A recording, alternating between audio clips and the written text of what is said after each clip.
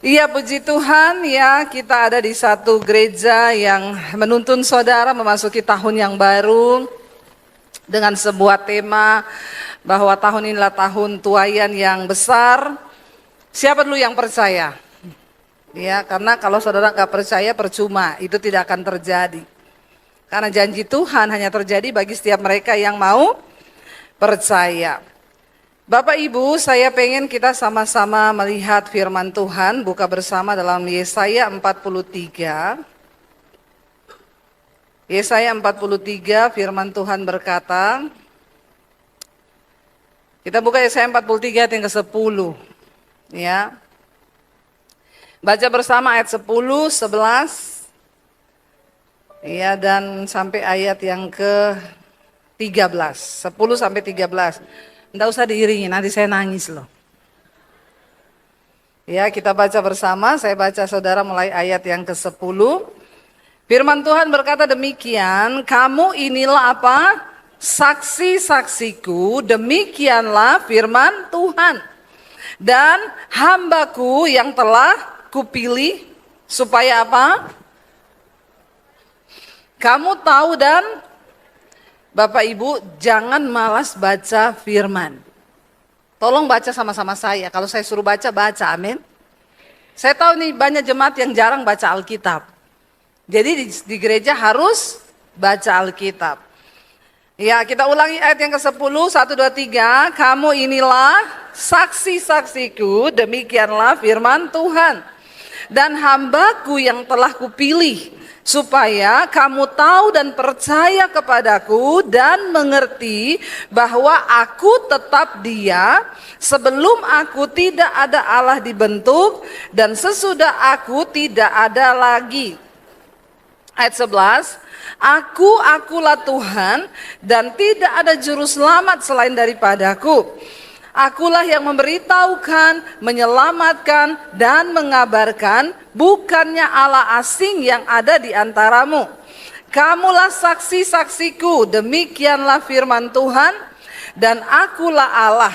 Juga seterusnya aku tetap Dia, dan tidak ada yang dapat melepaskan dari tanganku. Aku melakukannya, siapakah yang dapat mencegahnya? Bapak Ibu, ayat ini ditulis ketika bangsa Israel sedang berada dalam pembuangan di Babel.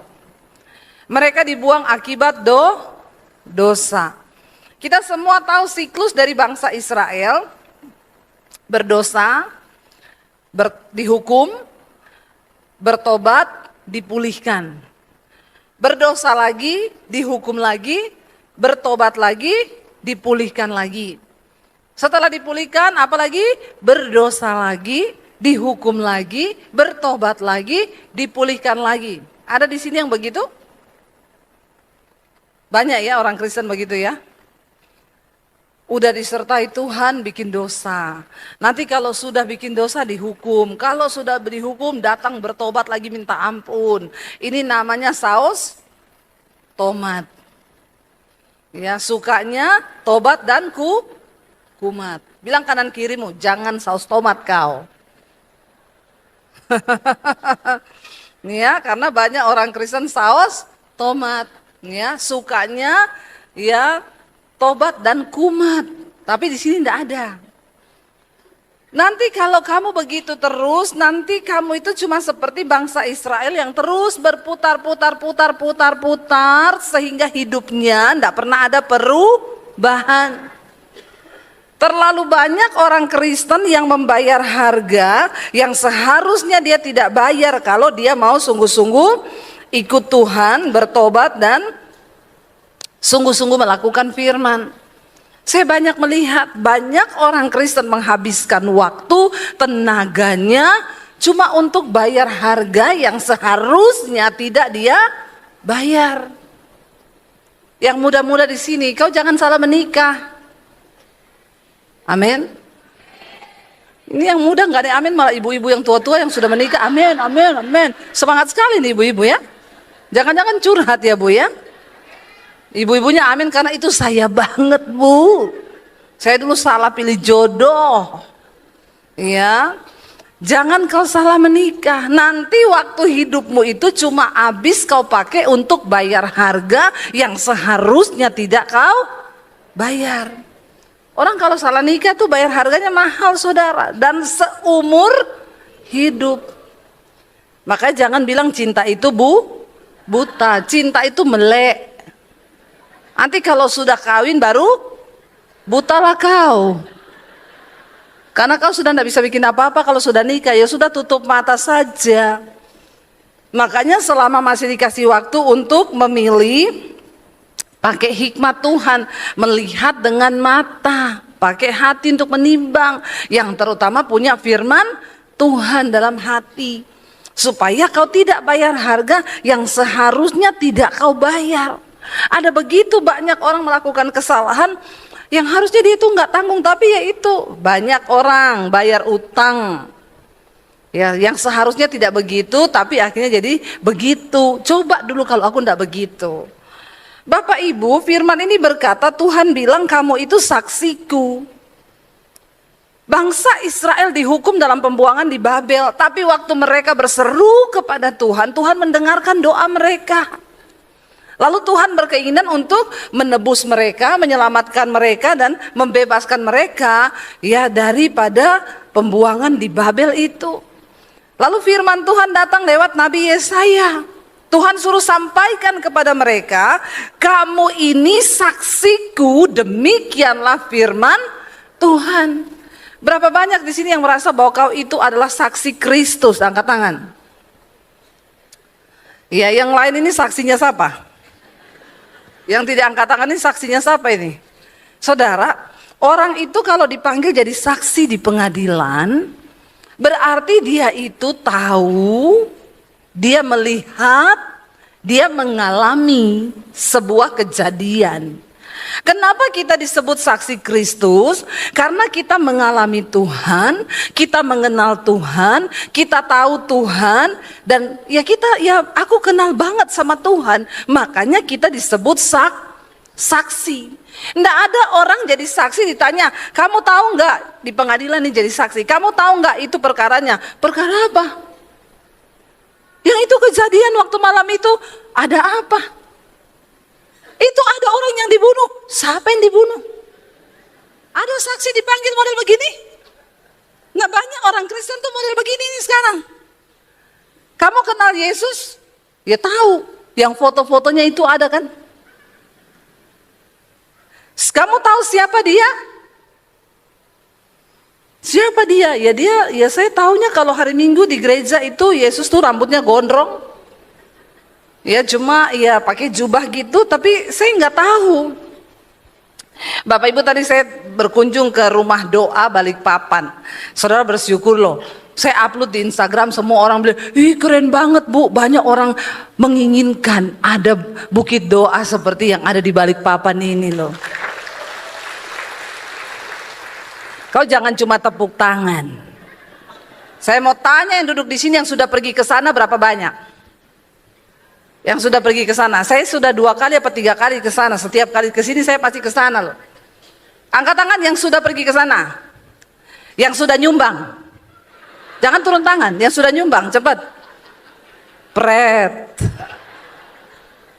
Iya, ini banyak orang Kristen memang begitu. Maunya gratis aja, Bu. Tadi saya pergi ke sana, saya diceritain Bapak Gembala. Kita lagi makan, terus Pak Gembala bilang, Bu ada fenomena ternyata di rumah doa itu. Kalau kita masuk di bukit di dalam Bait Salomo, saudara sudah pernah pergi ke sana, tahu nggak Bait Salomo itu? Yang mana? Yang emas ya. Itu kata Pak Gembala di sana ada fenomena Bu. Ya kalau sore itu kayaknya jam 3 itu ada bayangan salib 3 di lantai. Saya dikasih lihat fotonya. Orang foto di situ benar ada salib 3 saudara. Dan itu memang jam 3. Dan 3 lagi salibnya. Jadi waktu Pak Gembala cerita gitu, saya lagi makan. Pak berdiri sekarang cepat selesai kita pergi lihat. Ini sudah mau jam 3 ini. Ya saya pengen buktikan toh saudara. Karena aneh loh itu di foto ada salib 3 loh. Dan jam 3. Kita cepat-cepat ke sana saudara, sampai mobilnya parkir hampir dekat baitnya Salomo tadi. Tapi sudah jam 3 lebih. Lalu ada imam besar yang jaga di situ. Siapa itu imam besar penjaga di situ ya? Dia bilang, "Ya Bu, telat tadi baru saja nih saya foto nih, barusan saya di sini tadi ada salib 3 muncul. Padahal saya lihat kotak-kotakan itu nggak ada salib, nggak ada bentuknya salib, tapi bisa itu bayangan matahari masuk ke kotak itu, kepantul ke tembok lalu membentuk 3 salib." Itu ajaib loh saudara. Besok saya mau pergi lagi jam 3. Saudara nggak usah pergi ya, nanti rame. Nggak usah, saya ajak. Ya itu ajaib loh saudara. Kok yo pas loh, Tuhan Yesus mati disalib pada jam 3 loh. Itu cuma jam 3 kata imam besar yang jaga di situ. Dia bilang, "Bu, ini cuma kalau jam 3 Bu. Nanti sebelum jam 3 enggak muncul, jam 3 muncul, jam 3 lebih hilang." Jadi besok saya mau tungguin di sana. Jam 3 tepat. Loh itu aneh saudara. Saya melihat kok bisa ya itu sinar matahari berbentuk salib 3 loh saudara. Itu bentuknya salib 3. Dan yang luar biasa tadi saya datang ke situ, ada beberapa orang pakai hijab di dalam. Saya bilang sama bapak itu, sama imam besar penunggunya,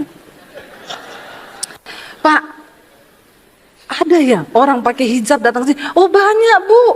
Lalu dia tunjukin saya video-videonya. "Nih kemarin nih ada 6 orang semua pakai hijab." Lalu saya bilang, terus mereka minta penjelasan. "Iya Bu, jadi saya jelasin satu-satu." Saudara, di situ saya tuh tiba-tiba tergerak ya. Itu jadi satu tempat penginjilan loh. Yang dimana dia cerita tentang Yesus, tentang bagaimana itu bait Allah. Yesus mati, tabir itu terbelah menjadi 2. Jadi tidak ada pemisah antara Tuhan, ruang kudus dan ruang maha kudus. Amin. Saya angkat di Instagram tadi, orang bilang, "Enak banget Bu, saya pengen ke situ." Ya datang aja di Balikpapan. Jauh ya daripada ke Israel. Udah gitu saudara, kalau ke Israel nggak bisa masuk ke ruang maha kudus begitu. Di Bait Salomo itu nggak ada yang bisa masuk ke situ. Ada sekarang pun juga sudah tidak ada saudara. Memang nggak ada karena sudah dihancurkan. Dan itu dibuat ya memang persis menyerupai yang ada di Alkitab. Jadi saudara bangga nggak? Itu ada di Balikpapan loh. Jangan cuma bangga ya. Jangan cuma bangga. Kalau ada berkat nyumbang biar cepat selesai. Saya ini nggak disuruh Pak Sem loh, enggak. Karena nanti saya ikut nabur juga di situ. Nggak usah tepuk tangan, biasa aja. Bagaimana kita itu salah satu sarana untuk menyaksikan tentang Tuhan. Saya lihat di situ benar saudara. Ya, dan saya lihat banyak ternyata orang-orang yang berhijab datang ke sana mau belajar. Ya, dan ya saya percaya bahwa ya udah itu Tuhan sudah tetapkan ada di sini, dan Bapak Ibu Gembala yang sudah mendapatkan visi itu ya selamat ya. Jadi nanti saya mau bikin tour, yang nggak bisa ke Israel, kita ke Israel mini saja ke sini dah. Iya kan saudara? Bener nggak? Kok nggak yakin ya? Sekalian kita main ke IKN toh, berdoa ya buat ibu kota negara yang ada di Kalimantan ini. Puji Tuhan. Nah kita kembali sekarang, kita ini saksi kata firman Tuhan. Nah kalau saksi itu harus tahu, harus mengalami. Kita nggak bisa menyebut diri kita Kristen, saksi Kristus kalau kita nggak pernah mengalami Kristus itu. Ya saya sih cuma tahu Kristen Bu, tapi ya saya nggak kenal. Kalau orang itu tanya tentang Kristus ya saya juga nggak bisa jawab, karena saya sekolah minggu aja nggak lulus. Banyak orang Kristen yang nggak lulus sekolah minggu. Ya, mereka itu cuma ya sekedar aja kenal Tuhan, tapi nggak benar-benar mengenal siapa Tuhan itu, nggak tahu siapa Dia. Padahal Alkitab bilang engkau saksi. Kalau kita mau mengalami penuaian dalam hidup kita, maka kita juga harus melakukan kewajiban kita sebagai saksi Tuhan. Ayat ini berkata, engkau adalah saksiku kata Tuhan, ya, dan Dikatakan di sana, kamu itu adalah saksi-saksiku, ya. Saudara, kalau kita ini saksi Kristus, maka kita harus tahu siapa Kristus itu, kita harus bisa menceritakan siapa Kristus itu, dan kita harus mengenal dia lebih dan lebih lagi. Dikatakan bahwa engkau adalah saksiku, demikianlah firman Tuhan, hamba yang telah kupilih supaya kamu tahu dan percaya kepadaku dan mengerti bahwa aku tetap dia. Mari kita punya iman yang melebihi batas rata-rata. Cuma menjadi Kristen yang duduk di kursi gereja, berhenti menjadi Kristen yang cuma bikin panas bangku gereja, amin. Tapi jadilah orang yang mengalami perubahan karena Kristus. Saya pernah pelayanan di satu gereja, saudara, lalu saya tuh dijemput ya sama satu orang sopir, dan waktu pulang saya diantar, dia cerita sepanjang antar pulang itu, ya panas ya Kalimantan nih ya. Memang panas sih, semua juga tempat panas ini ya, karena neraka mulai bocor. Memang Tuhan sudah mau datang. Saudara lihat kemarin kita ini berdoa ya, buat LA, California sekarang lagi terbakar hebat. Rumah-rumah artis yang mewah sekarang, saudara, saya lihat kemarin mereka masuk ke semua supermarket, menjarah cuma butuh air tok karena semua kepanasan. Saudara bersyukur kalau hari ini kita masih bisa minum dengan apa adanya, kita masih ada sebagaimana kita ada, itu anugerah Tuhan. Kita berdoa supaya apa yang terjadi di LA, di California, membuat mereka bertobat dan datang kepada Tuhan. Karena saya lihat di salah satu acara artis-artis, mereka bikin vote, saudara. Lalu ada yang pilih artis ini, ada yang pilih ini, terus mereka sambil bercanda bilang, siapa yang pilih Jesus? Terus mereka semua ketawa, Jesus nol, nggak ada yang pilih Tuhan. Bayangkan saudara, itu sangat menghina Tuhan sekali. Hati-hati, satu saja Tuhan berfirman, murka Allah turun tuh habis kita di manusia nggak bisa apa-apa. Jangan engkau hidup tidak menghormati Tuhan. Kalau engkau ingin melihat hidupmu disertai, diberkati, melihat tuaian besar terjadi, maka hormati Tuhan dalam hidup ini. Iya, jadi satu saat dia cerita waktu diantar pulang saya, ya saya tanya, Pak, Bapak sudah memang, saya ini dulu juga bukan Kristen Bu, saya dulu tidak mengenal Tuhan Yesus, saya beragama lain. Terus saya itu awalnya naksir cewek di gereja orang Kristen. Tapi cewek itu bilang gini, saya nggak mau pacaran sama kamu kalau kamu tidak percaya Tuhan Yesus. Jadi dia bilang, ya udahlah, untuk bisa dapetin dia, ya saya nih kalau hari Minggu pura-pura ke gereja, ya cuma supaya saya dapat. Dalam hati saya gini, tunggu kamu, kalau saya dapat kamu, yang ada saya tarik kamu ke agama saya. Jadi cewek-cewek hati-hati ya, jangan terlalu bucin kau, ya, tapi kau harus butuh Tuhan ya. Jangan jadi budak cinta tuh pret, hati-hati. Lalu dia bilang dia ke gereja, dia bilang saya datang Bu kalau orang belum datang. Saya datang lebih awal untuk apa? Saya ludahi itu kursi-kursi gereja. Ya, bahkan ludah yang paling jorok ya. Saya buangi itu dalam hati saya, orang Kristen najis diludahi semua kursi gereja. Saya bilang pasti mulut Bapak kering ya, karena kan banyak itu bangku gereja ya. Lalu saudara, akhirnya dia ikut ibadah beberapa kali, cuma untuk satu sasarannya supaya cewek itu mau menerima cintanya, dia pura-pura. Tapi firman Tuhan berkata, setiap firman yang keluar dari mulut Allah itu tidak pernah kembali dengan sia-sia. Dia hari Minggu dengar firman, ya walaupun memang niatnya cuma untuk dapetin cewek ini, tapi cewek ini bagus loh. Saya berdoa semua orang Kristen, perempuan-perempuan Kristen ini punya iman yang seperti itu. Amin. Jangan kau bilang, iya Bu soalnya sudah umur 27, 28, ya sudah takut saya nanti ketuaan, akhirnya saya banting harga, diskon 50%, itu aja nggak laku-laku. Jangan ya, kalau kau serius dengan Tuhan, maka Tuhan pasti kasih kau yang terbaik. Amin. Ya, punya iman yang kuat dalam Tuhan. Lalu akhirnya saudara, satu kali dia pulang, ini laki-laki ini dia cerita, dia balik, kerjaannya dia itu preman ya di salah satu stasiun di Jakarta. Waktu dia pulang di jalan, tiba-tiba dia jatuh saudara ya, tabrakan, lalu dia terlempar ke tengah jalan.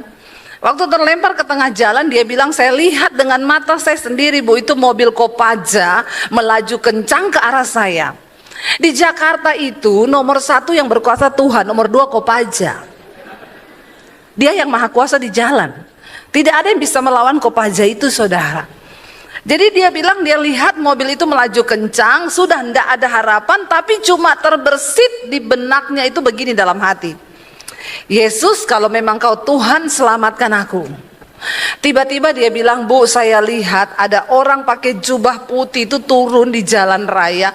Lalu dia tahan itu mobil Kopaja, dan mobil itu bannya berhenti tepat di sebelah kepala saya. Waktu sudah selesai dia berhenti, semua orang teriak, mati itu orang, mati, mati, mati. Saya keluar tidak ada luka satu geset pun, saya keluar sehat, selamat, nggak ada apa-apa. Tapi dari situ, Bu, saya merenung bahwa memang Yesus itu Tuhan. Dia berkuasa. Karena saya lihat dengan mata kepala saya, Bu, itu nggak ada yang lihat, tapi saya lihat. Dari situ dia bertobat. Dia serahkan hidupnya sama Tuhan.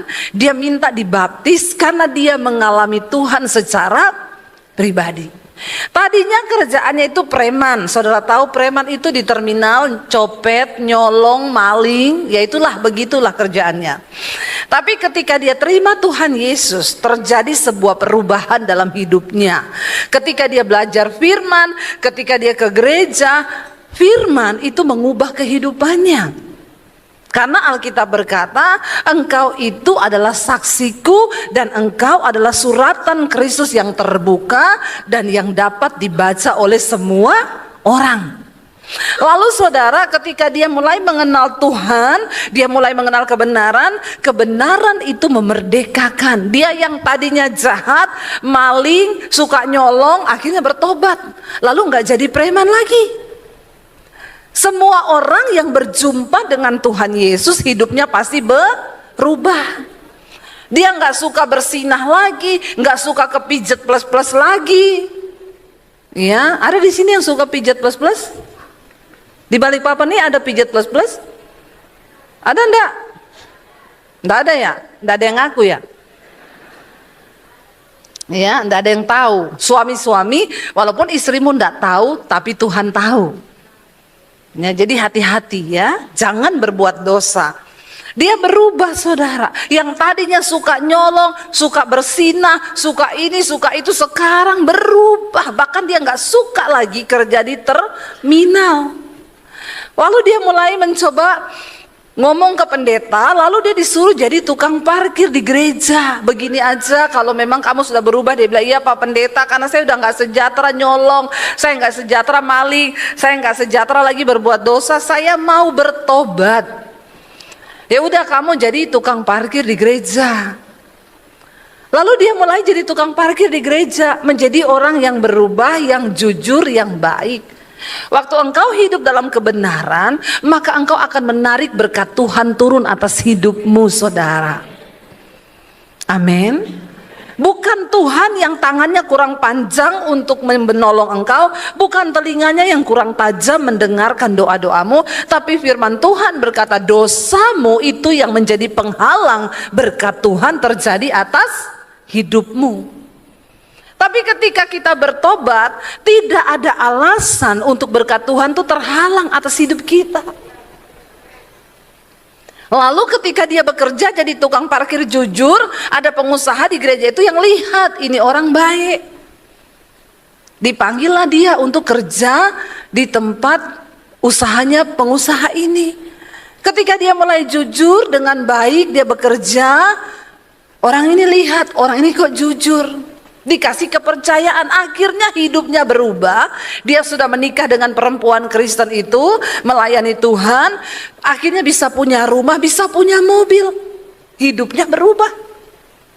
Perhatikan baik-baik, perubahan nasib, perubahan hidup akan mengikuti perubahan karakter. Waktu karakter kita berubah, hidup kita berubah, kelakuan kita berubah karena kita bertobat, maka berkat Tuhan tercurah atas hidupmu dan hidupmu juga pasti dipulihkan. Lalu saudara, ketika dia berubah, dia punya keluarga yang baik, punya anak, punya istri, punya rumah, punya mobil. Keluarganya yang lain, kakaknya juga preman, orang tuanya juga tidak mengenal Tuhan Yesus. Ketika papahnya meninggal, papahnya itu suruh panggil dia dan berkata, doakan papa, karena papa lihat hidupmu berubah. Lalu dia berdoa ketika papanya mau meninggal, bahkan papanya menerima Yesus sebagai Tuhan dan Juru. Tepuk tangan saudara, kenapa? Karena melihat anaknya yang tadinya jahat, tiba-tiba terima Tuhan Yesus dan hidupnya berubah menjadi saksi Kristus. Tiba-tiba dia cerita sama saya, satu hari dia hari Minggu pulang gereja, lagi di rumah sama istri dan anaknya, ada orang ketok-ketok pintu rumah. Waktu dia buka pintu rumahnya, ternyata kakaknya yang preman lebih jahat dari dia. Dia buka, kakaknya itu dengan bercucuran air mata, katanya dia nangis sama dia bilang begini, bawa aku untuk kenal kepada Tuhanmu, karena aku udah capek hidup seperti ini, dan aku melihat engkau hidupmu berubah, aku melihat Tuhanmu itu luar biasa mengubahkan engkau. Dan hari itu juga dia layani kakaknya, terima Yesus sebagai Tuhan dan Juru Selamat saudara. Apa yang dimaksud oleh firman Tuhan bahwa engkau adalah saksiku? Ya, tidak cukup dengan kita ini hanya di mulut ngomong firman, nggak cukup dengan kita ini hanya menjadi orang yang katanya Kristen, rumahnya ada salib. Ya, kalau hidup kita nggak berubah, maka orang tidak melihat Kristus lewat hidup kita. Ayo berubah. Karena hanya perubahan yang akan membawa panen dan tuaian besar terjadi di hidup kita.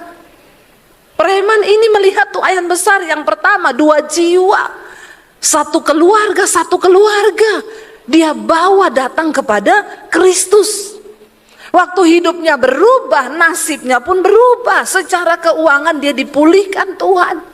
Bayangkan saudara, kalau dia tidak ketemu Yesus, dia cuma jadi seorang preman yang kerjaannya nyolong, bahkan bisa bunuh orang.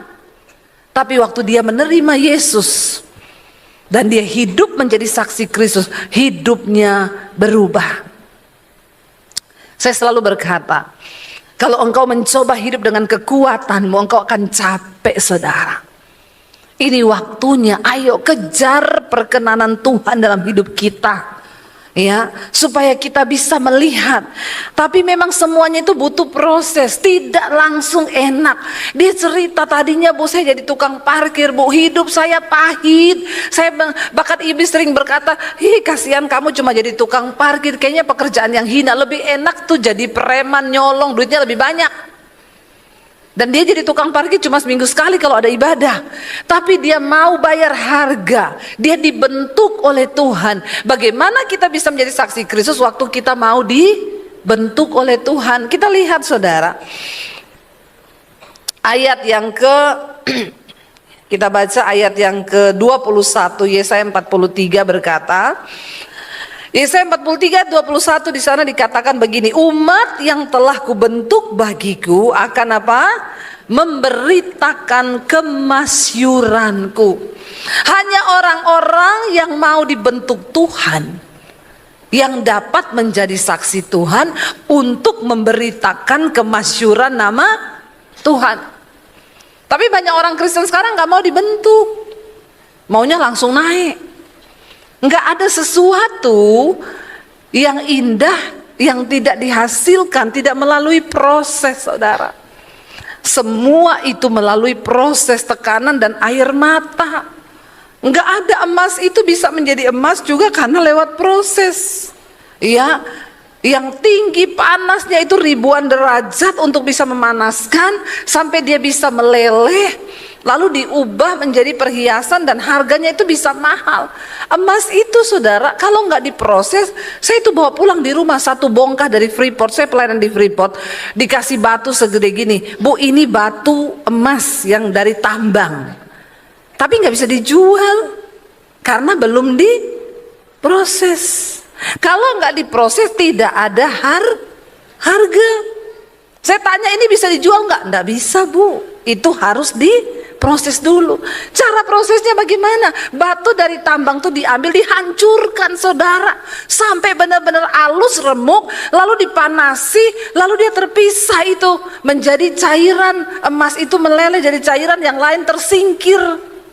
Baru setelah itu dirubah jadi serbuk. Setelah itu baru diubah jadi logam mulia, dilelehkan lagi. Baru bisa ada harganya. Kalau cuma bongkahan batu, ya nggak ada harganya. Saya bilang ini nggak bisa dijual, ya nggak bisa, Bu, nggak ada orang mau beli itu juga, ya nggak, karena belum dibentuk. Hidupmu itu kalau belum dibentuk Tuhan tidak ada harganya, nggak ada nilainya. Ya, tapi ketika engkau mau dibentuk Tuhan, engkau bernilai. Saya ini dulu sebelum dibentuk Tuhan, saya cuma sampah. Sampah dalam keluarga, sampah di masyarakat yang hidupnya cuma bikin dosa. Ya, makanya saya dulu hampir bunuh diri. Tapi karena saya ketemu Tuhan, saya diubahkan, saya dibentuk Tuhan, saya diproses Tuhan. Makanya hari ini ada seorang Debbie Basir. Amin. Ada yang belum kenal saya? Tolong subscribe channel YouTube saya. Ya, nggak usah tepuk tangan. Biasa aja. Loh, saya ini dulu cuma orang yang mau bunuh diri, yang hidupnya hancur akibat dosa. Tapi karena jatuh ke tangan Tuhan, saya menerima Yesus dan saya mau dibentuk bertahun-tahun. Jangan lihat saya yang sekarang, lihat saya yang dulu, saudara. Ya, ketika ndak punya apa-apa, saya cuma tinggal di kos-kosan, jadi tukang cuci baju, dan nyapu, ngepel, nyetrika. Itu saya lalui semuanya. Nah, kalau saya bisa ada sampai hari ini, karena saya mau dibentuk Tuhan. Jangan benci dengan proses Tuhan. Amin. Nah, bagaimana saudara supaya kita menjadi saksi Tuhan, menjadi alat Tuhan? Baca ayat 18, saudara. Yesaya 43 ayat 18 yang dikatakan begini, kita baca sama-sama. Firman-Nya apa? Janganlah ingat-ingat hal-hal yang dahulu, dan janganlah perhatikan hal-hal yang dari zaman purbakala. Yang pertama, untuk kita bisa menjadi saksi Kristus, ayo keluar dari masa lalumu. Nggak usah ingat-ingat yang lalu, apalagi mantan. Ya, jangan ada mantan dalam hidupmu. Ya, bahaya ini reuni-reuni sekarang ini. Ya, banyak orang selingkuh gara-gara reuni. Ya, CLBK, cinta lama belum kelar. Nah, akhirnya ketemu di reuni, selingkuh terjadi. Suami saya tanya sama saya, mantanmu di mana? Udah mati semua mantan saya. Nggak ada mantan saya, sudah mati semua. Memang saya nggak mau ingat-ingat. Ya, kalaupun ada yang muncul di Instagram atau di Facebook, hai masih ingat saya? Nggak ingat. Saya mantanmu loh, aku amnesia. Bilang aja begitu. Ya, masa laluku sudah aku lupakan semua, karena firman Tuhan yang suruh.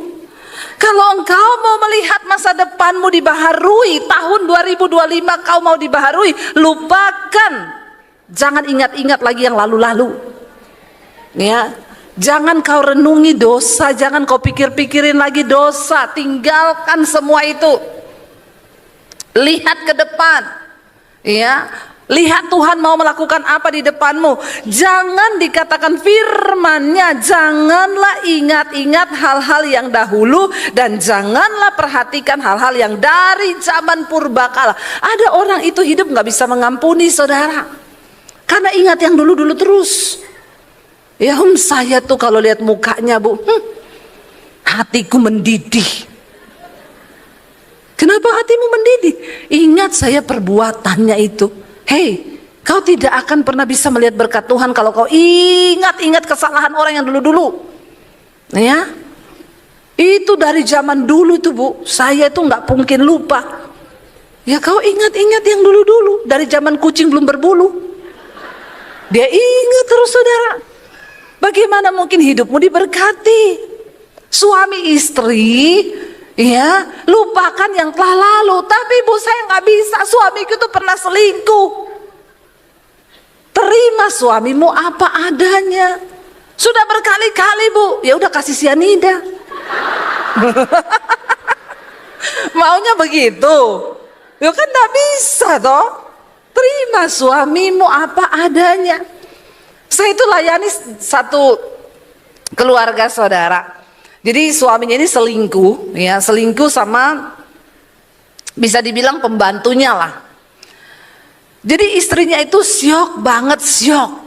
Istrinya ini cantik, orang yang berpendidikan, bahkan punya nama lah saudara. Dia itu syok karena kok bisa suaminya itu selingkuh sama ini gitu loh. Nggak ada, aduh cantiknya sama istrinya nggak ada apa-apanya. Wong itu kayak pembantunya, asisten pribadinya. Ya makanya juga ibu-ibu kalau pilih asisten itu jangan yang cantik-cantik. Tapi juga nggak bisa ya ini jaja jelek jadi kok.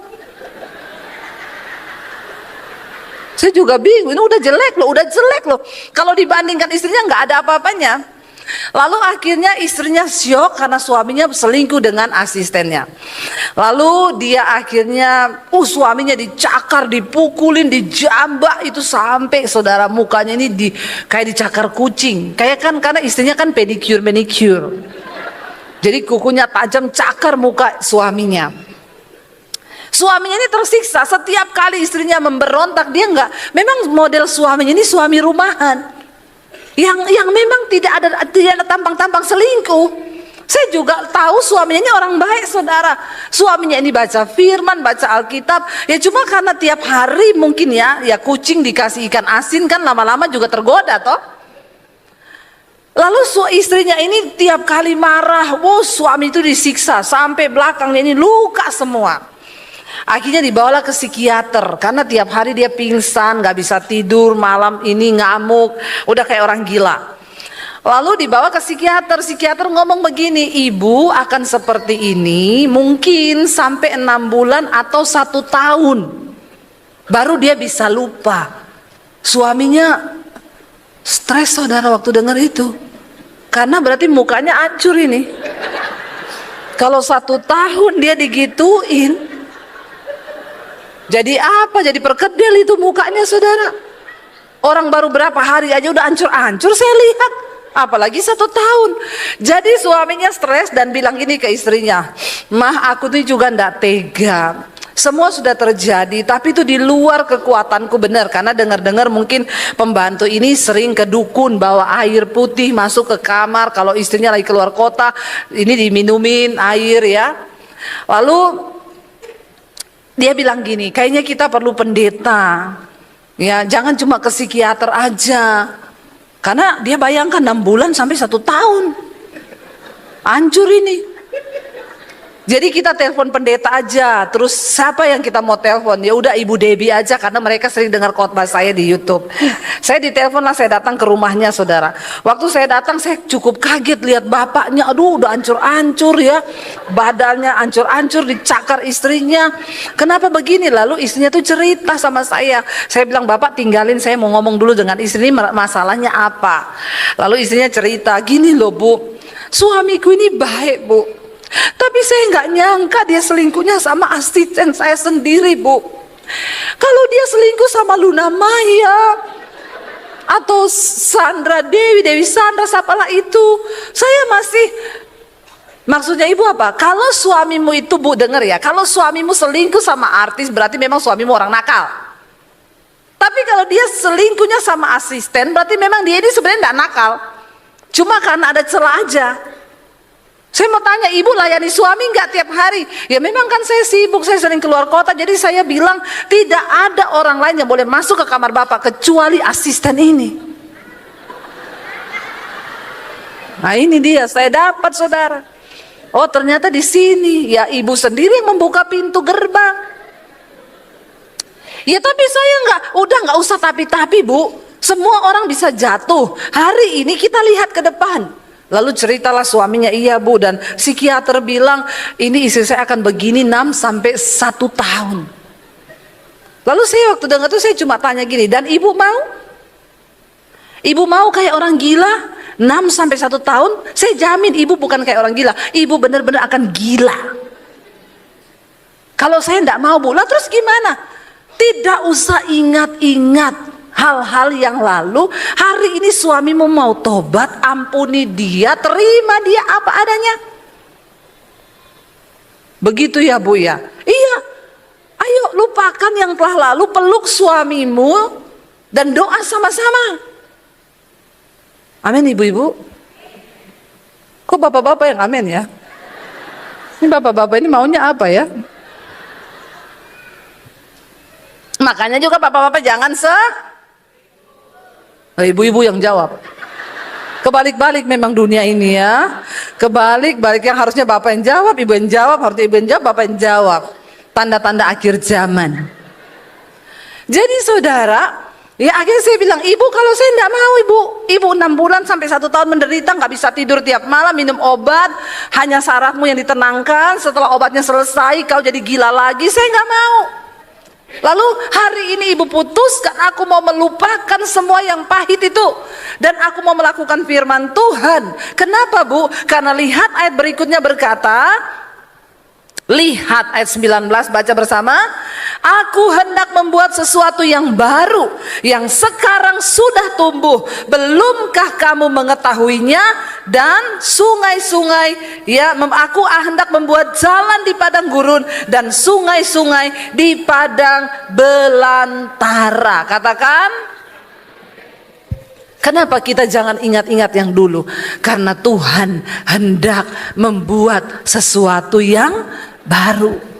Nggak usah ingat yang pahit. Jangan ingat kepahitan sama istri, sama suami, sama anak, sama orang tua. Lupakan semua itu. Jangan lagi bahkan kau ingat-ingat dosamu. Yang penting kau sudah bertobat. Kalau iblis intimidasi hidupmu, ingat dosamu. Saya nggak ingat lagi iblis, karena saya sudah dikuduskan oleh darah Yesus. Amin. Dan aku percaya bahwa Tuhan sedang melakukan sesuatu yang baru atas hidupku. Bahkan ayat ini berkata, belumkah kamu menyadarinya? Lihat, aku hendak membuat sesuatu yang baru, yang sekarang sudah tumbuh. Belumkah kamu mengetahuinya? Ketika bangsa Israel sedang dalam pembuangan, mereka tersiksa, mereka tertekan, hidup di satu negara yang bukan negerinya. Mereka meninggalkan rumah, keluarga, pekerjaan, semua yang mereka punya, dan berangkat ke satu negeri yang bukan tempat mereka. Itu asing. Tidak enak. Mereka harus bekerja paksa di sana. Ketika mereka berseru pada Tuhan, Tuhan bilang, aku tahu rencanaku. Aku akan membuat engkau dipulihkan. Aku akan melepaskan engkau dari hukuman ini. Kenapa saudara mereka dihukum? Dibuang. Tuhan bilang, aku sudah mengampuni dosamu, karena engkau sudah membayar harga hukuman itu 2 kali lipat. Jangan sampai kita ini tahun 2025 kita cuma sibuk membayar harga dari dosa, membayar harga dari kesalahan. Mari berkata, Tuhan, aku mau hari-hari ini taat kepada Tuhan, taat kepada firman-Mu, supaya aku ini menjadi saksi Kristus, menjadi umat Tuhan yang memberitakan kemasyuran nama Tuhan. Jadi kalau saudara ada di tempat ini hari ini tuh karena engkau dipilih Tuhan. Bilang kanan kirimu, kamu dipilih Tuhan. Ya, jadi jangan sia-siakan pilihan kita. Saya mengenal Tuhan tahun 95, ketika saya hidup tanpa pengenalan yang benar akan Tuhan. Saya hanya punya agama. Ya, saya pikir beragama saja sudah cukup, tapi ternyata di dalam hidup ini banyak gelombang persoalan, masalah yang harus kita hadapi. Ya, saya merasa kurang kasih sayang dari orang tua, karena dari kecil tuh papi tuh kalau didik kami keras, saudara. Ya, dipukulin saya sampai biru-biru badan saya. Ya, dan selalulah kata-katanya ya menyakiti, tetapi saya baru mengerti karena papi saya memang punya banyak pegangan ilmu hitam. Jadi tiap hari marah. Orang yang tiap hari marah-marah ini pasti punya ilmu hitam. Bertobat saudara ya. Kalau engkau tiap hari marah-marah itu berarti rohanimu tidak sehat. Engkau sakit, bukan cuma sakit rohani tapi sakit jiwa. Ya, orang sakit jiwa itu bukan orang gila di jalan. Engkau tiap hari marah, tersinggung, itu sakit jiwamu. Katakan amin. Ya, bapak-bapak bertobat. Amin. Ya, ibu-ibu juga banyak yang tiap hari itu marah. Lalu akhirnya saudara, tanpa pengenalan yang benar akan Tuhan, dulu saya dulu pelatih senam aerobik ya, mukanya biasa aja. Ya, sekarang karena sudah diberkati makanya mengembang ke kanan dan ke kiri. Itu alasannya agak-agak rohani lah ya. Kalau orang gendut bilang diberkati, padahal karena kebanyakan makan. Jadi bertobat. Jadi saya mengenal Tuhan Yesus tahun 95, waktu itu saya mau bunuh diri. Saya singkat saja karena yang sudah tahu, sudah sering mendengar kesaksian saya. Saya mau bunuh diri. Lalu saya mulai bertanya di situ, Tuhan itu ada apa enggak? Kalau memang Tuhan itu ada, untuk apa Dia menciptakan saya di dunia? Awal mula pertama kali saya mulai mencari Tuhan. Ketika saya mau bunuh diri, saya pikir kalau saya bunuh diri, saya mati, saya kemana? Semua agama berkata kalau orang mati bunuh diri itu pasti ke neraka. Jadi saya mulai bertanya, kalau saya bunuh diri, iya nggak saya ke neraka? Karena saya juga sudah tidak mau melanjutkan hidup. Saya jatuh dalam banyak dosa, saya melakukan banyak hal yang pada akhirnya iblis datang dan menuduh, mati aja lu bunuh diri, buat apa kamu hidup? Di situ saya mulai bertanya, kalau Tuhan itu ada, kenapa Tuhan tuh kurang kerjaan banget ciptakan saya? Saya nggak ngomong manusia pada umumnya. Saya aja saya bilang, kalau memang Tuhan ada, kenapa engkau kurang kerjaan menciptakan saya di dunia cuma untuk hidup, dipukulin, lalu saya tidak berbahagia, lalu saya mencari pelampiasan di luar, saya jatuh dalam dosa, lalu saya terpuruk, dan pada akhirnya hari ini saya mau mati bunuh diri. Kenapa Tuhan jahat, saya bilang. Kenapa engkau jahat, kurang kerjaan engkau Tuhan? Tetapi waktu saya menangis, saya cuma bilang, kalau memang engkau ada Tuhan, tunjukkan dirimu kepada saya sebelum saya mati. Saya percaya engkau sudah berkuasa menciptakan saya. Oke, saya percaya Tuhan ada. Karena orang yang paling bodoh di dunia ini adalah orang yang tidak percaya ada Tuhan. Itu orang paling bodoh. Kenapa? Kita melihat alam semesta, bumi yang diatur dalam rotasi perputaran planet itu kebangetan kalau kita nggak percaya bahwa ada kuasa yang mengatur semua itu dan namanya itu Tuhan. Saya percaya ada Tuhan, oke, tapi pertanyaan saya, siapa Tuhan itu sebenarnya? Saya bilang saya nggak peduli lagi dengan agama Tuhan. Saya cuma pengen tahu siapa engkau. Sebelum saya mati, tunjukkan dirimu kepada saya. Saya mungkin hanya orang yang rindu dan ingin menjumpai pencipta saya itu. Lalu saya menangis di kamar saya. Saya yakin kalau orang mau bunuh diri minta ketemu Tuhan pasti tidak jadi bunuh diri. Benar nggak saudara? Karena perjumpaan pribadi dengan Tuhan itulah yang akan mengubahkan kehidupan manusia. Akhirnya saya di situ menangis dan malam itu tiba-tiba saya dilawat satu kuasa. Kayak diputerin film dosa-dosa saya itu saudara. Yang tadinya saya begitu sombong, menyalahkan keluarga, menyalahkan Tuhan bahkan. Kenapa Tuhan ciptakan saya? Akhirnya saya seperti diputerin dosa saya. Disitulah pertama kali saya tertunduk dan menangis dan mengakui bahwa aku ini kotor. Aku ini banyak dosa Tuhan. Alkitab berkata ketika Roh Kudus turun atas seseorang, maka Roh Kudus akan menginsyafkan orang itu yang pertama akan dosa, kebenaran dan penghakiman. Itu yang saya alami malam itu. Ya, karena Roh Kudus datang dan itulah titik balik hidup saya. Alkitab berkata, ya carilah Tuhan selama ia berkenan untuk ditemui. Berserulah padanya selama ia dekat. Saya yakin banyak orang hari-hari ini yang telah terpanggil untuk mengenal Yesus. Mereka yang dulu tidak mengenal Yesus hanya lahir dari sebuah kerinduan pengen tahu siapa Tuhan. Siapa Tuhan? Saya hari ini banyak melayani orang-orang yang bukan Kristen. Beberapa akhirnya dibaptis. Lahir dari sebuah keingintahuan apakah Tuhan itu ada.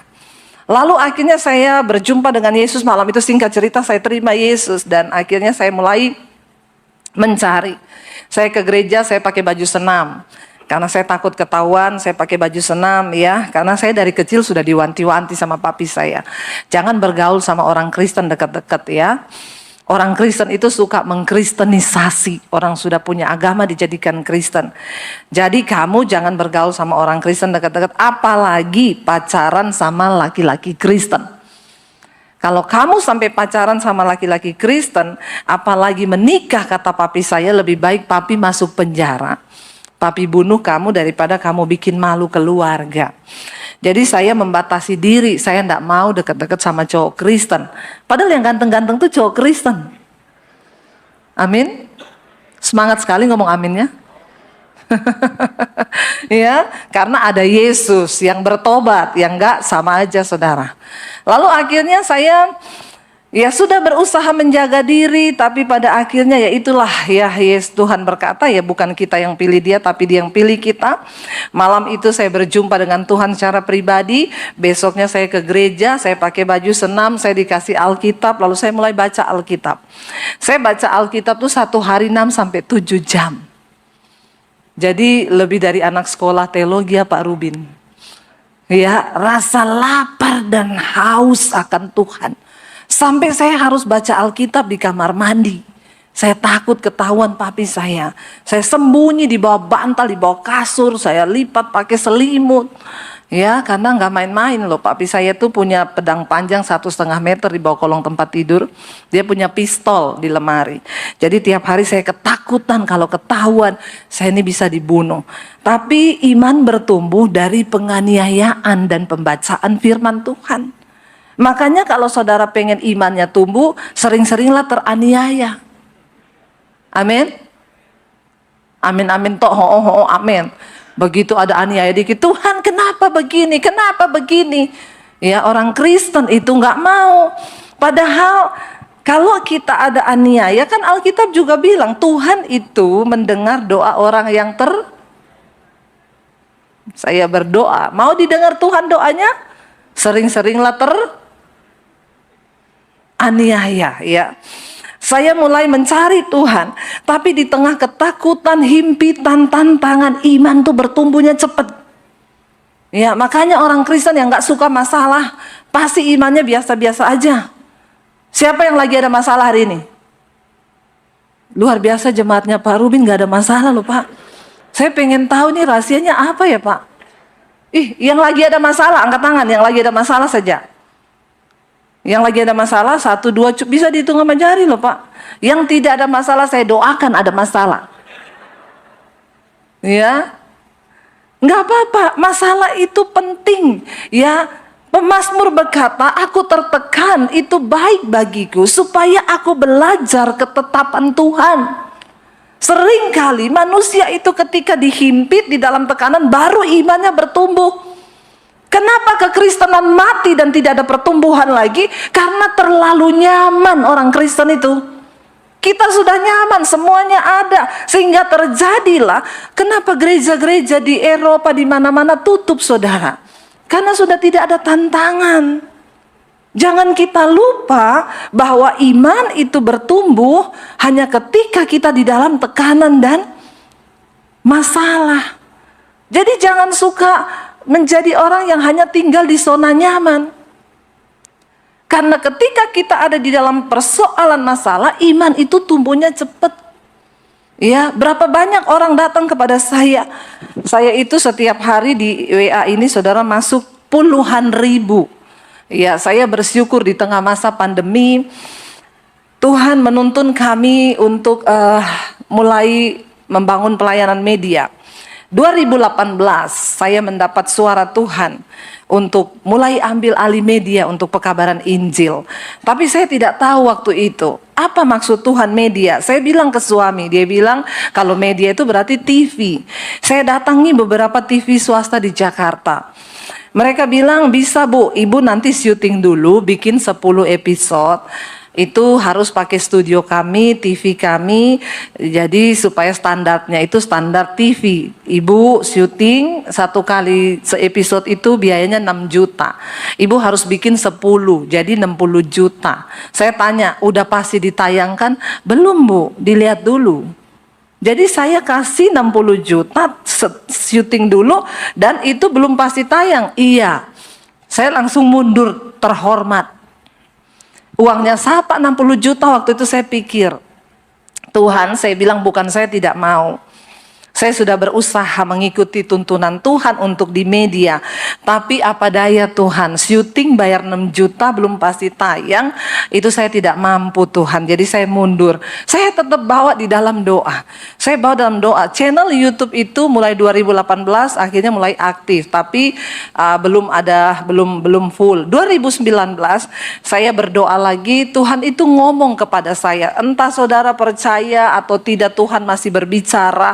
Karena banyak orang sudah tidak percaya. Masa Tuhan bicara? Tidak mungkin Tuhan bicara. Anda tidak yakin Tuhan bicara, nggak usah percaya Tuhan. Tuhan kita sanggup nggak berbicara? Sanggup. Dia masih ada sampai hari ini. Dia Tuhan yang tidak pernah berubah. Seperti dia menuntun Abraham, seperti dia menuntun semua orang-orang dalam Alkitab, dia juga sanggup menuntun kita hari-hari ini. Terlalu amat disayangkan kalau orang Kristen sudah tidak percaya bahwa Tuhan itu masih berbicara.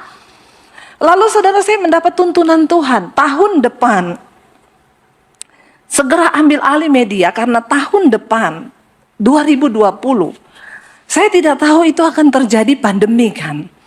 Tuhan itu ngomong, aku akan memberikan kepadamu tuaian bangsa-bangsa. Dan bukan hanya tuaian bangsa-bangsa, berkat bangsa-bangsa. Saya bilang, alay lebay ini yang saya dengar. Karena saya juga tidak mau mendengar sesuatu yang halu. Saya cerita ke suami. Suami saya juga bilang, alay banget tuaian bangsa-bangsa, berkat bangsa-bangsa. Orang keadaan kita aja kayak begini sekarang. Akhirnya saya bilang, media apa ya? Saya pelayanan di Bali saya ajak mami saya ketemu satu orang. Kita duduk di kafe, ada orang media di situ lagi syuting. Saya tanya, kebetulan produsernya duduk di samping meja saya, Pak, ini syuting buat apa ya? Buat TV Bu, di mana? Di YouTube. Oh, bisa bikin TV di YouTube. Oh, sekarang artis-artis sudah beralih ke YouTube semua. Oh gitu ya. Saya tuh bersemangat sekali, jadi saya bilang, kalau gitu saya juga bisa ya Mas ya. Dia sih melihat saya sambil ngomong gini, ya semua juga orang bisa, ibu punya konten apa?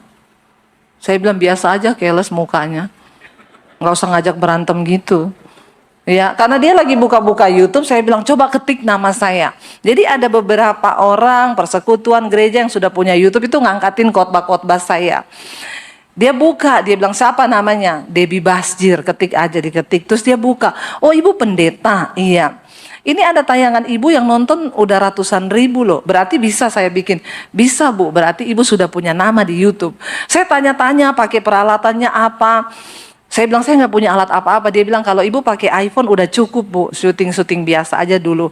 Saya pulang, saya bilang ke suami saya dapet nih, kayaknya ini loh yang Tuhan maksud, YouTube. Suami saya garuk-garuk kepala, apalagi ini loh kita pakai HP aja bisa gini. Akhirnya kita mulai bikin saudara. Saya kaget ketika saya mulai syuting khotbah. Kita kasih nomor HP dibawa untuk konseling. Ya, lalu orang mulai telepon konseling dari jemaat biasa, dari berbagai denominasi gereja, mulai dari jemaat, pengerja, majelis itu telepon konseling. Apalagi ketika saya tayang dengan judul tema khotbah akibat dosa tersembunyi. Ya, itu sudah dinonton jutaan sampai hari ini. Itu saya lihat orang saudara telepon pengakuan dosa semua. Jadi Pak Rubin memang ya goal dari pengkhotbah itu Pak, kalau orang itu ya bertobat dan ngaku dosa ya Pak ya. Jadi mereka tuh telepon saudara, Bu saya selingkuh Bu, waduh mulai dari jemaat, majelis, bahkan pelayan Tuhan. Ternyata saya baru tahu, wah orang Kristen itu ya, hidupnya banyak sandiwara ternyata. Baru terbuka dosa, saya konseling, saya selingkuh Bu, gini, saya mulai melayani tuh di situ. Saya mulai layani orang demi orang lewat WA konseling. Tidak disangka tiba-tiba 2020 awal kita mengalami yang namanya pandemi.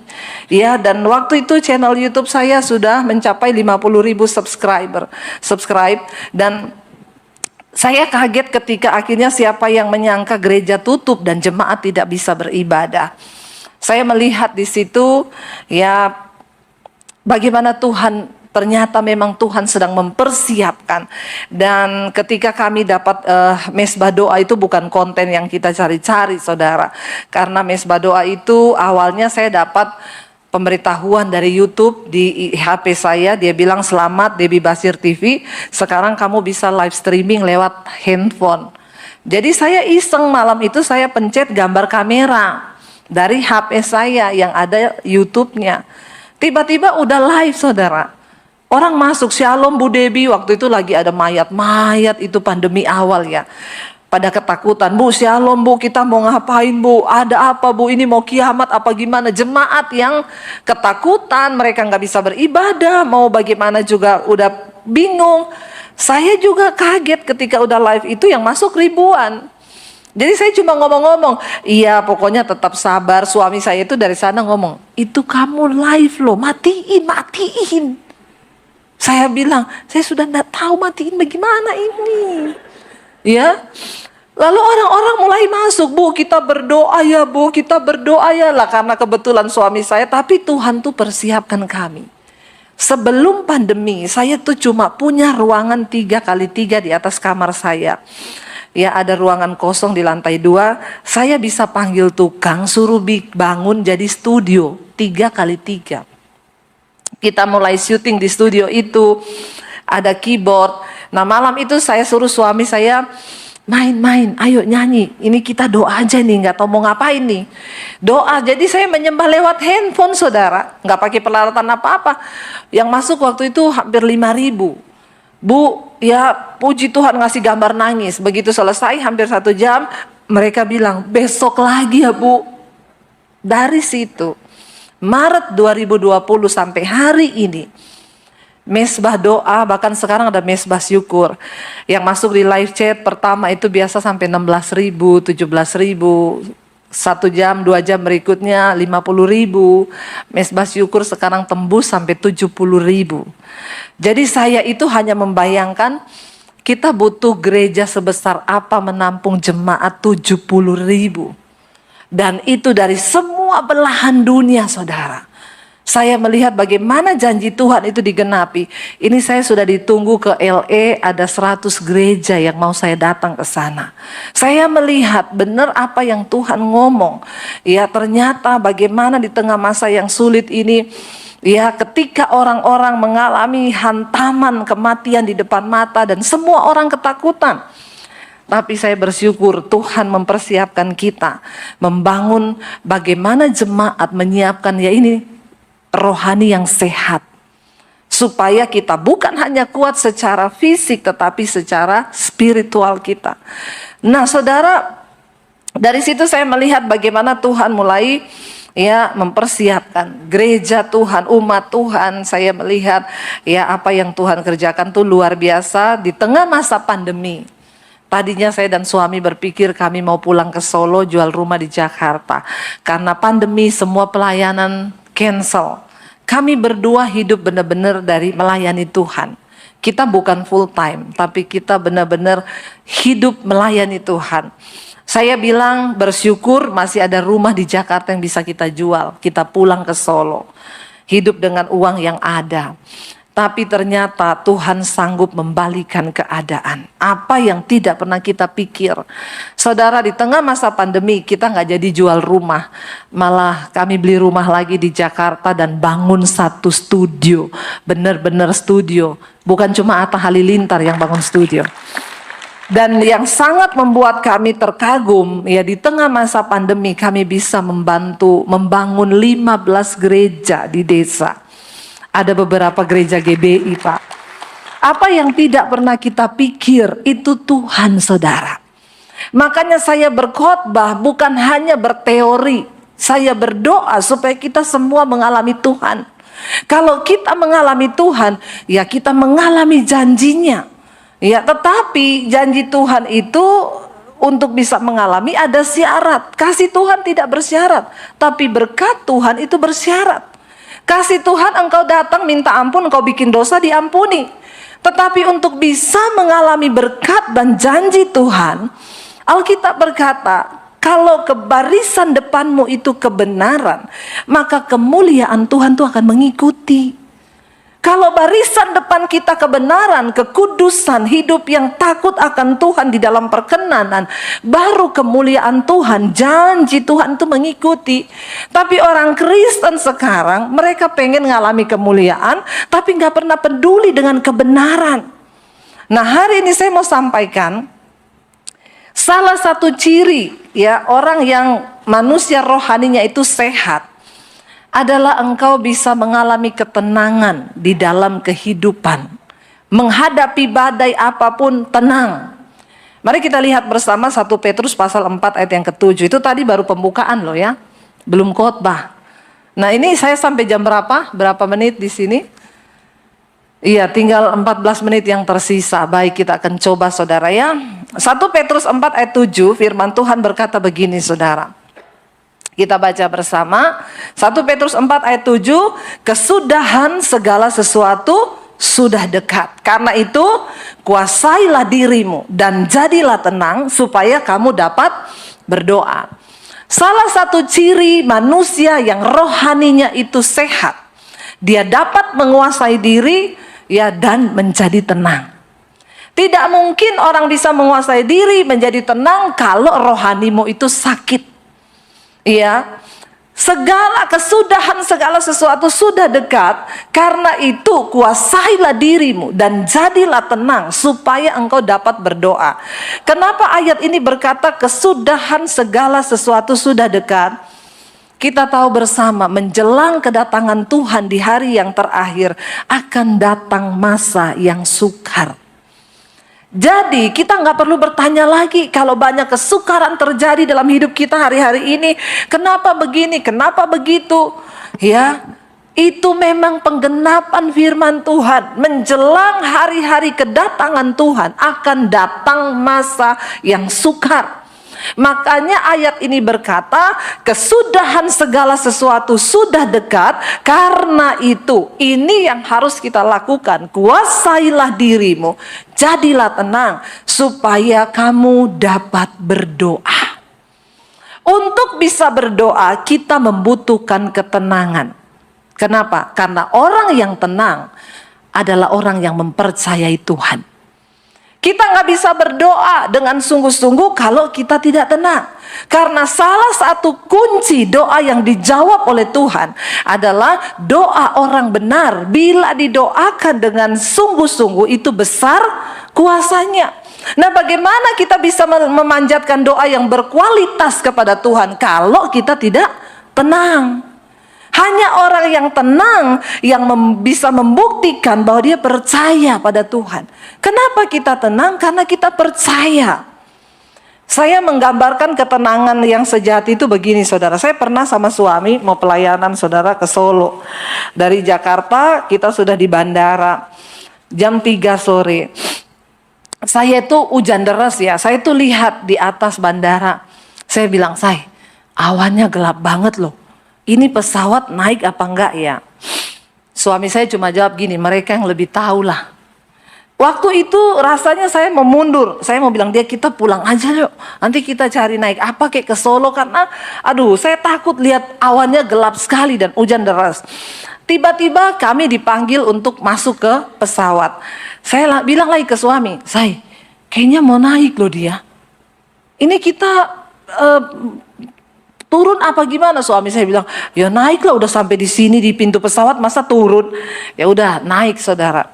Saya berharap di dalam pesawat, ya kita kalau di luar negeri itu ada angin sedikit saja disuruh tunggu di dalam pesawat sampai berapa jam karena ada angin yang mau lewat. Saya bilang kalau di Indonesia mau hujan petir badai pesawat tetap naik. Memang bedanya iman orang Indonesia sama orang luar negeri itu dahsyat.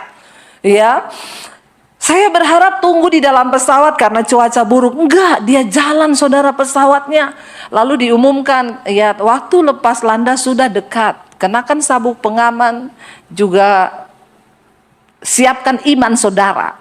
Saya tuh lihat, aduh mendung gelap sekali, hujan deras. Naik saudara, benar yang saya takutkan terjadi. Begitu kita lepas landas, nggak berapa lama kita masuk di dalam awan hitam itu. Iya, dan itu jam 3 sore, saya lihat di jendela, nggak ada cahaya, kayak malam gelap gulita, cuma ada cahaya petir menyambar-nyambar. Saya pegang tangan suami saya pesawatnya goncang kayak orang naik truk lewat gunung-gunung, saudara. Waduh, makin takut. Disitulah keluar semua iman. Mulai dari belakang, astagfirullah, ya Allah, ya Allah, ya Allah, ya Allah. Ya, dari sebelah sana, darah Yesus, ya Yesus, darah Yesus. Iman semua keluar. Memang saat takut itu orang benar-benar berserah pada Tuhan. Saya juga tidak ketinggalan. Pendeta juga manusia, punya rasa, punya hati. Jangan samakan dengan pisau belati. Siapa bilang saya nggak takut? Saya takut, saudara. Saya teriak, saudara. Bahasa roh keluar. Wah, darah Yesus, dalam nama Yesus. Makin kenceng goncangannya. Tidak ada tanda-tanda keluar. Hampir 10 menit kami di dalam awan itu. Saudara bisa bayangkan 10 menit serasa 10 tahun. Ya, 10 menit kalau kita nunggu makanan di restoran tidak terasa. Tapi kalau lagi dalam awan gelap di atas udara, itu berasa banget. Saya berteriak ketakutan, tiba-tiba itu pesawat dihempas jatuh ke bawah, saudara. Saya berdoa, Tuhan, anakku masih kecil, Tuhan. Kalau saya mati saat ini, saya sih siap, Tuhan. Tapi siapa yang urus anak saya? Ini pin ATM lagi saya belum kasih tahu. Ya, loh iya loh saudara, karena kita berdua nih suami istri. Jangan cuma lihat pendeta tuh enak ya terbang sana terbang sini. Tanya sama Pak Rubin, kita ini juga banyak deg-degannya ya Pak. Ya, saya pernah pelayanan di pedalaman naik di sungai. Ya, itu sungai cuma naik perahu satu. Mereka bilang lagi banyak orang dimakan buaya di sini, Bu. Dalam hati saya ini memang orang-orang ini kenapa juga kamu bikin takut? Saya udah naik di perahu baru kamu ngomong. Ya. Tapi buaya itu kan binatang yang paling setia selama di air. Kalau sudah ke darat jadi, nah itu.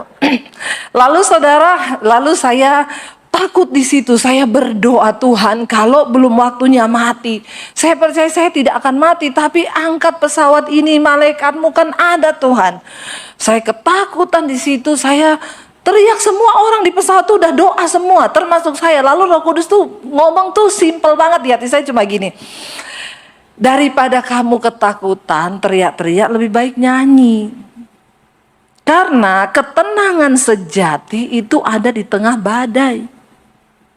Kaget saya dengar suara itu. Kita pikir ketenangan sejati itu waktu keadaan kita baik, hidup kita baik, rumah tangga kita baik. No, ketika engkau sedang mengalami goncangan dalam keuangan, di dalam rumah tangga, itu adalah ketenangan sejati waktu engkau bisa tenang di dalam Tuhan. Saya mulai nyanyi. Ya, masih goncang saya nyanyi. Di saat badai bergelora, ku akan terbang bersamamu. Bapa kau raja atas semesta, ku tenang sebab kau Allahku. Bukan tambah diem, tambah goncang. Saya nyanyi overtune. Di saat badai bergelora, semua dalam nama Yesus. Ya Allah, ya Allah. Saya nyanyi, ku akan tenang. Saudara, tiba-tiba pesawat itu terangkat dari yang dia jatuh terhempas ke bawah. Saya udah pikir jatuh. Saya bisik sama suami saya. Saya pegang tangannya erat. Saya bilang, saya pesawatnya jatuh. Dia cuma bilang berdoa saja. Lalu suami saya ini orang Solo, jadi tanpa ekspresi. Ya, beda sama orang Sulawesi. Kalau saya ini dari Sulawesi, saudara, ya kita senang ketawa, kita marah-marah, kita takut-takut. Orang Solo itu ya ketawanya gembira, marah juga. Aku boleh marah enggak? Saya bilang marah-marah aja, nggak usah permisi. Ya, itulah saudara. Jadi dia juga di pesawat, dia diam aja. Saya dalam hati ini takut, tambah deg-degan. Jadi waktu turun saya tanya, kamu tadi takut nggak? Takut banget. Tapi dia bisa menjaga ekspresi itu loh. Ya. Akhirnya turun saudara. Pesawat itu tiba-tiba naik waktu saya berdoa. Tiba-tiba pesawat itu naik dan keluar dari awan gelap itu. Terang benderang, mataharinya cerah, awannya cerah. Semua bernapas lega saat itu. Nggak usah tepuk tangan dulu. Ini sudah terjadi. Akhirnya turunlah di Solo, saudara, landing di kamar mandi, orang masuk ke toilet. Itu benar-benar rasa legah benar-benar, saudara. Karena di tengah waktu goncangan itu pintu antara pilot dengan penumpang kebuka, dan itu hempasannya kenceng banget. Kita pikir ada yang meledak, sudah orang tambah teriak. Nggak ada yang berani kencing setelah itu, sudah tahan saja. Karena sudah lolos dari maut. Begitu turun di bandara, di toilet saya masuk, semua masuk kan. Saya nyanyi di toilet, di saat badai bergelora. Kali ini nyanyinya itu sudah plong. Ya, beda dengan yang di atas tadi. Ada ibu-ibu pakai jilbab datangi saya. Oh, tadi ibu yang nyanyi di pesawat. Iya, kenapa Bu? Aneh ya, semua orang ketakutan, ibu malah nyanyi. Itulah keanehan kita di dalam Tuhan, saudara. Badai boleh bergoncang, tapi saya tetap percaya Dia Tuhan yang pegang semesta. Ya, iman saya bangkit ketika saya nyanyi. Roh Kudus mengajarkan satu hal penting kepada saya hari itu. Ketenangan sejati itu ada di tengah badai. Dan hanya orang yang memiliki rohani yang sehat yang akan bisa tenang. Kuasai dirimu. Badai tidak pernah bisa kita tahan. Kita nggak pernah undang dia datang. Semua kita, saya percaya di sini kita mau rumah tangga kita baik-baik saja. Maunya kita, keuangan kita baik-baik saja. Kita semua maunya usaha bisnis kita baik-baik saja. Tetapi siapa yang pernah bisa tahu dan mengendalikan kalau badai itu akan datang? Kita tidak berhak dan kita tidak punya kendali atas keadaan di hidup kita. Tapi kita yang pegang kendali. Bagaimana cara kita berespon menghadapi setiap masalah di hidup kita. Amin. Kita yang memilih. Kita yang bisa menentukan aku mau kacau, mau stres, atau aku mau kuasai diriku. Kenapa? Karena firman Tuhan berkata demikian. Kita nggak bisa pegang kendali. Ya, makanya ada suami istri datang sama saya, Bu, doakan kami, Bu. Kami ini puluhan tahun bisnis, baru kali ini, Bu, rugi. Jadi puluhan tahun untung, iya. Ya puji Tuhan lah, Bu, sekali-sekali amin dah. Ya buktinya dengan rugi ini ibu bapak cari saya, minta didoakan. Kalau untung terus nggak pernah cari hamba Tuhan kan. Jadi nggak apa-apa, puluhan tahun untung, 1 tahun rugi, nggak masalah. Inilah hidup. Karena kita nggak bisa pegang kendali atas keadaan, tetapi kita bisa memilih untuk berespon dengan benar atas setiap keadaan. Jangan pernah merasa bahwa saudara itu terlalu berat hidupmu. Kalau kita membaca tokoh-tokoh di Alkitab, harusnya kalau kita merenungkan, itu mereka luar biasa loh. Kita ini baru hadapi masalah sedikit. Saya itu suka layani orang, Bu, saya tuh pilih mati aja. Kenapa? Saya tersinggung dengan mertua. Allah, baru disinggung mertua udah mau mati. Ini loh model-model orang Kristen model begini. Baru difitnah udah mau bunuh diri. Alay lebay lu. Amin. Lihat, ada orang di luar sana yang lebih punya tantangan, persoalan yang lebih berat. Udah hidup mati di depan mata. Jangan cuma karena masalah kecil, percayalah. Kita tidak bisa mengendalikan keadaan di hidup kita, tapi kita bisa memilih bagaimana cara kita berespon dengan keadaan itu. Firman nih berkata, jadilah tenang supaya kamu dapat berdoa. Orang yang tenang itu orang yang percaya pada Tuhan. Ketika engkau percaya sama Tuhan, ya engkau akan melihat mujizat. Coba kita lihat satu ayat lagi, waktunya sudah habis, tinggal 1 menit. Cepat sekali jamnya di Bandung ya. Kita lihat bersama saudara Yakobus pasal yang pertama. Ayat yang ke-6 sampai ayat yang ke-8. Kenapa kita harus percaya dan tenang di dalam Tuhan? Ya, firman Tuhan bilang kalau kamu berdoa, hendaklah kamu memintanya dalam iman dan sama sekali jangan bimbang. Sebab orang yang bimbang sama dengan gelombang laut yang diombang-ambingkan kian kemari oleh angin. Ya, orang yang tidak tenang, bimbang itu. Ayat 7, orang yang demikian janganlah apa? Janganlah mengira bahwa ia akan menerima sesuatu dari Tuhan. Jadi mimpi. Kalau kita berdoa hati nggak tenang, tidak ada iman percaya, maaf, nggak usah berdoa karena engkau tidak mungkin menerima sesuatu dari Tuhan. Jadi kalau saya lagi galau, saya ngapain, Bu? Nyanyi aja. Waktu engkau nyanyi, imanmu mulai timbul. Karena engkau berdoa pun imanmu lagi tidak ada, percuma. Ayat ini dengan jelas berkata, orang yang bimbang jangan mengira bahwa ia akan menerima sesuatu yang dari Tuhan. Jadi kalau engkau lagi bimbang, lagi takut, tidak tenang, nyanyi aja.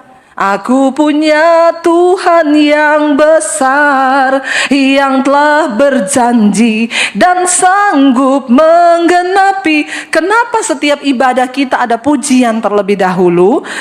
Supaya sebelum engkau mendengar firman, ada iman di dalam hidupmu. Makanya jangan datang telat. Ikut puji-pujian. Itu membajak hati yang tadinya engkau lemah, yang tadinya lesu, imannya mau mati waktu engkau nyanyi. Makanya nyanyinya juga hatinya terangkat sama Tuhan, memuji dalam roh dan kebenaran. Jangan nyanyi otaknya lagi abis ini makan apa ya? Aku punya Tuhan yang kue tiaw enak, ini apa, ayam goreng. Bagaimana bisa iman kita bangkit, saudara? Jangan mengira bahwa ia akan menerima sesuatu dari Tuhan. Ayat 8 berkata di sana, sebab orang yang mendua hati apa?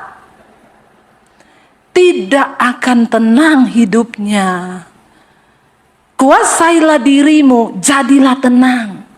Salah satu ciri orang yang memiliki rohani yang sehat, engkau memiliki ketenangan di dalam hidupmu.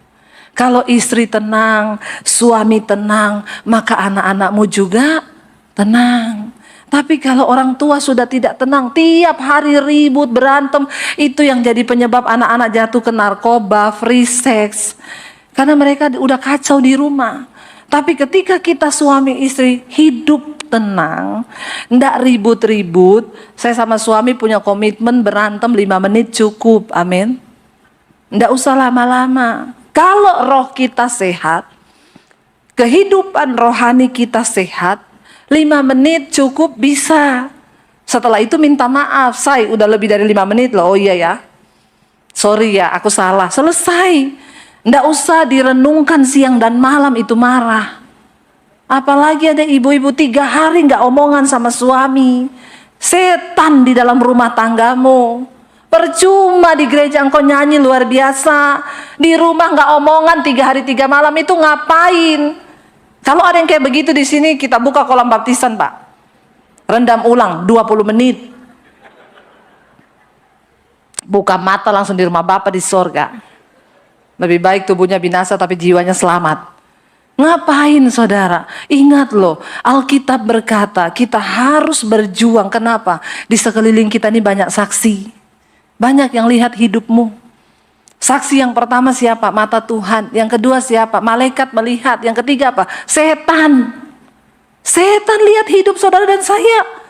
Ngapain kita tiap minggu ke gereja kalau di rumah berantem? Setan bilang, lihat ya, kalau di gereja nyanyi luar biasa. Ternyata di rumah temennya kita. Ya, makanya setan gak pernah takut gereja penuh. Setan bilang biarin aja. Yang penting mereka tidak melakukan firman. Saudara, mari kita membangun kehidupan rohani yang sehat.